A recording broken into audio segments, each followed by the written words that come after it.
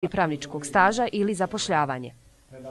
I u nastavku ćemo o aktivnostima mladih. Učenici 4. razreda gimnazije, polaznici izborne nastave predmeta hrvatski jezik, danas su upriličili prezentaciju projekta koji nosi naziv Tradicionalno tetoviranje Hrvata.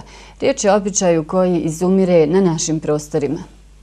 Cilj projekta Tradicionalno tetoviranje Hrvata je prikupljanje što većeg broja fotografija i zapisa koji potvrđuju ovaj običaj, koji kaže učenica Marija Dubravkić, koordinator projekta Polako izumire na našim prostorima.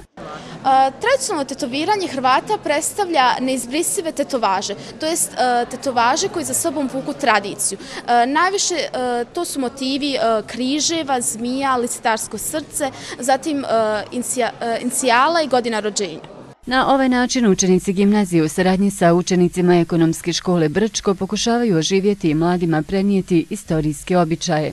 Iliri su to radili do dolaska Rimljana za vrijeme romanizacije, a kada su Sloveni došli na ova područja, preuzeli su tu tradiciju tetoviranja. Odlučili smo da odradimo ovo predstavljanje tog projekta, jer naša tradicija, to je taj naš običaj, s vremenom nestaje i, kao što sam rekla, ove bake i djedovi koji smo mi intervjuirali, oni su posljednji koji na sebi nose te tragove tetovaža. Na 20-minutnoj prezentaciji prisutni su imali priliku vidjeti oko 50 fotografija tetoviranih žena i muškaraca brčanskog kraja. Profesorica hrvatskog jezika i književnosti Marina Vila kaže da je zadovoljna odzivom i radom djece.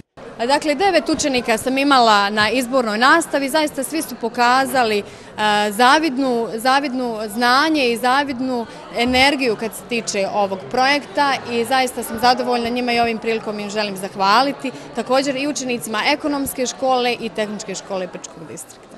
Istaknuta je namjera da se nastavi sa ovim projektom koji je jedan dio očuvanja kulture i tradicije hrvatskog naroda na našim prostorima.